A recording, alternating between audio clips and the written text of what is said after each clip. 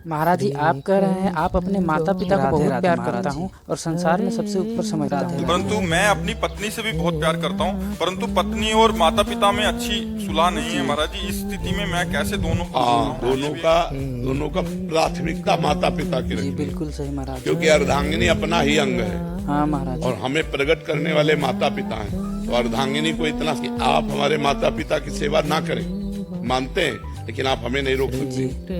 हम आपकी सुविधा, आपकी अनुकूलता आपको देंगे, लेकिन आप हमारे माता पिता की सेवा में अगर तनिक भी विरोध करते हैं तो हमारे आपके संबंध में विरोध हो जाएगा। माता पिता का त्याग नहीं कर सकते, ये जरूर आप में होना चाहिए। अगर ये नहीं है तो अपने माता पिता का त्याग कर दे पत्नी के कहने पर, फिर क्या है? फिर धर्म में वीरता नहीं रही। ऐसा नहीं होना चाहिए। जो लड़की इस तरह की मतलब व्यवहार वाली हो कि आप हमसे प्यार करते हो, आप अपने माता पिता का त्याग कर दो, तो उसे कह देना चाहिए कि तैयार रहना, त्याग के लिए तैयार रहना। जिस दिन हमारे माता पिता की सेवा में व्यवधान उपस्थित कर दोगे, उसी दिन हमारे आपके बीच में संबंध विच्छेद हो जाएगा। और अगर आप हमारे माता पिता की सेवा करती हो तो हम आपको प्राणों से अधिक प्यार करेंगे। नहीं करती हो तो आपको अधिकार देंगे, लेकिन आप हमारे को सेवा में जाने से नहीं रोक सकती हो। इतना जरूर रहना चाहिए। माता पिता भगवान का स्वरूप है और पुत्र का पूरा अधिकार है माता पिता की सेवा करने का। तो ध्यान रखना, अवश्य में भोक्तव्यम कृतम कर्म शुभाशुभम। जो जैसे कर्म करेगा वैसा फल देगा भगवान, भोगना पड़ेगा, इसलिए बहुत सावधान। तो कभी चूक मत कर देना, पत्नी के चक्कर में आकर अपने बूढ़े माता पिता को मारना पीटना या घर से निकाल देना, ऐसे कोई आचरण मत करना। पत्नी से को तुम करो या न करो, हम तुम पर दबाव नहीं डालते, लेकिन आप हम पर दबाव नहीं डाल सकते कि माता पिता की सेवा से हम वंचित हो। माता पिता ही महाराज जी थोड़े से अलग व्यवहार के हों, वो बहुत गलत व्यवहार करें। हाँ, तो उनको चाहिए, माता पिता को चाहिए कि बुढ़ापा आ रहा है, ज्यादा अगर उद्दंडता करेंगे तो दुर्गति को प्राप्त हो जाएंगे। बहू बेटा को अपना बेटा और अपनी बेटी के समान चाहिए। थोड़ा प्यार का व्यवहार करें जिससे कम से कम उनको चाय और नाश्ता मिल जाए। अगर माता पिता करने लायक है और वो बहू बेटा से सेवा नहीं कराते हैं, बहू बेटा से ईर्ष्या करते हैं, तो बेटे को चाहिए कि दूर से देखता रहे, उनकी सेवा में भले न जाए। लेकिन जिस दिन वो ऐसी स्थिति को प्राप्त हो कि वो अपनी सेवा करने लायक न हो, उस दिन वो गाली दे तो भी उनकी सेवा करनी चाहिए। माता पिता की तो भी सेवा करनी चाहिए, क्योंकि वो बुजुर्ग हैं, उनका दिमाग स्थिति 60-70 के बाद जो है मानसिक स्थिति बिगड़ जाती है। अगर वो गाली देते हैं, वो निंदा करते हैं, तो हमें ये बात नहीं माननी, हमें उनकी सेवा करनी है। और अगर वो स्वस्थ हैं, अपने आप सेवा कर लेते हैं, खा पी रहे हैं, तो दूर से देखता रहे, खा पी रहे, आनंद से है, कोई बात नहीं। अगर 2-3 बेटा है महाराज जी, हाँ, तो उनमें से सब बेटाओं को चाहिए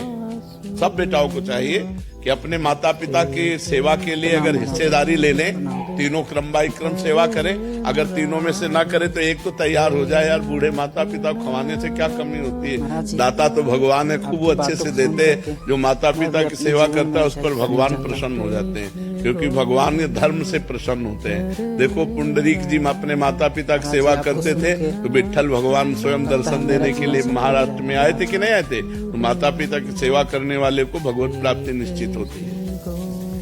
कमलेश जी राजस्थान। महाराज जी, मैं आपका बहुत सारा वीडियो देखता हूँ। महाराज जी, महाराज जी, आप कह रहे हैं कि आपके शरीर के पति जो कश्मीर में सीआरपीएफ में देश की सेवा में नियुक्त थे, अचानक हार्ट अटैक आने से शरीर छोड़ गए ड्यूटी पर।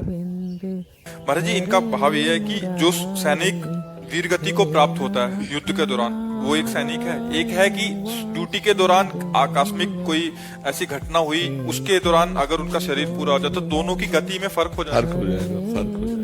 क्योंकि युद्ध में वीर गति को प्राप्त हुआ स्वर्ग जाएगा। और ये अब अंतिम समय क्या चिंतन था, उसका परिणाम मिलेगा।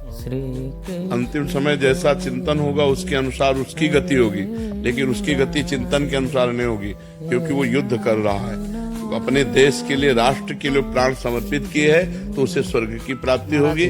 और अगर अंतिम समय उनका भगवान का चिंतन है तो भगवत प्राप्ति, अगर संसार का चिंतन है तो संसार।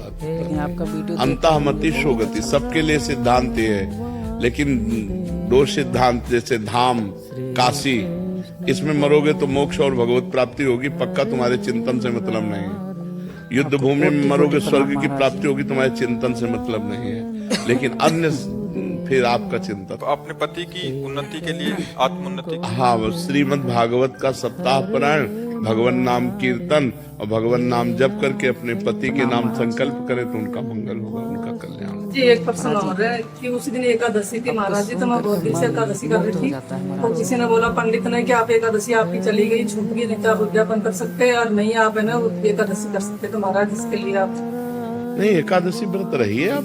उस दिन एकादशी थी महाराज जी, उस दिन उनका ऐसे हुआ था। तो क्या हुआ, एकादशी को करोड़ों लोग मरते हैं, अच्छा लगता है। नहीं मनते, करोड़ों अरबों लोग मरते हैं, अरबों लोग जन्मते हैं, ये तो जन्म मरण का चक्कर चल रहा है। उससे क्या, एकादशी व्रत तो हम मंगल के लिए रह रहे हैं, भगवान की प्रसन्नता के लिए रह रहे हैं। जरूर रहो आप एकादशी रख सकती हूँ महाराज जी, उद्यापन भी कर सकती हूँ। हाँ बिल्कुल भी रख सकते हो, उद्यापन भी कर सकते हो। जी एक समाधान और दे महाराज जी, दीजिए। आपका वीडियो क्या होता है, एक देखते बहुत कब बड़ी समय मान्यता निकल चली जाता आ है रही पता है कि ही जैसे नहीं चलता है। कृष्ण जन्माष्टमी है, और उस दिन लगातार परिवार में दूर दूर तक भी कोई अगर एक से मृतक होता है, हमारी देखता जाता मृत्यु को है, प्राप्त देखता होता जाता है, तो उस दिन आज से लेके जब तक उस दिन कोई नया बच्चा जन्म नहीं होगा तब तक कोई भी यहाँ अच्छा लगता उत्सव के रूप में उसको मनाया। अरे ये सब संसारिकता है, ये घोर संसार। भगवतिक मान्यता तो नहीं है। नहीं नहीं नहीं नहीं, घोर संसारिकता है, ऐसा नहीं है। गांव का गांव महाराज जी ऐसे कि वो उधर गया उस दिन। गांव में क्या, सब जगह ऐसी मान्यता है, वो गांव की मान्यताएं ही तो सब, लेकिन ये शास्त्र प्रमाणित नहीं है। करके और अच्छा उस लगता है। समय हम भगवान का मंगल में यशोगान करते हुए, नाम कीर्तन करते हुए,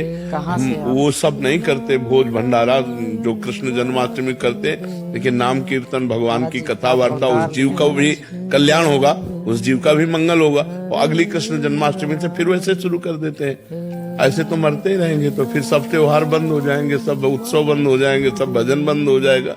ऐसे एक जने आए थे कि 4-5 त्योहार ऐसे बंद पड़े हैं, शिवरात्रि बंद पड़ा हमारा। नहीं नहीं कोई उस दिन पैदा होगा तो कर देते हैं महाराज जी। नहीं नहीं, अच्छा अब जब तक कृष्ण जन्माष्टमी को पैदा नहीं होगा तब तक कृष्ण जन्माष्टमी नहीं, ऐसा तो ले ज्यादातर यही मानता है महाराज जी, ज्यादातर यही मानता है। अच्छा पैदा होने अभी वो त्योहार उठा हुआ माना है। पैदा होने में भी लड़का अगर पैदा होता है तब ये मान्यता। अरे लड़का यार ले ले ले ले भाई, गौ माता को बछड़ा भी हो तब भी मान्यता है कि मतलब उस दिन पैदा हो जाए अगर। अरे ऐसा सब कुछ नहीं है। महाराज जी ये मतलब ऐसा कुछ नहीं है। नहीं नहीं, शास्त्र हम प्रमाणित। कर सकते हैं ना उस दिन, अगले साल से, उस साल तो भले उस दिन तो जैसे आज हमारे यहाँ इतनी अच्छी बात है। मतलब शोक हो गया, अब कोई मर गया, अब हम वो उत्सव बढ़ावा तो नहीं करेंगे जो करना था, लेकिन नाम कीर्तन, भगवान की कथा करेंगे और शांति से 13 दिन तक शोक मनाते हैं। और 13 दिन के बाद अब अगली जब जन्माष्टमी आएगी तो उसको मनाएंगे उत्सव। उसमें नहीं है कि कोई गाय का बछड़ा पैदा हो या लड़का पैदा हो, अब परिवार में पैदा न हो तो कृष्ण जन्माष्टमी न हो, तो ऐसा नहीं है। नहीं, परिवार में हमारे जो ताऊ के चाचा का वो भी मर गया तो हाँ मान लो परिवार में 500-500 लोग हैं, जब आप लोग को तो देखता फिर हूं तो तो पूरे साल सूत का ही चलता सारी बात रहेगा। समझ में आ ऐसा रही नहीं है, ऐसा नहीं है।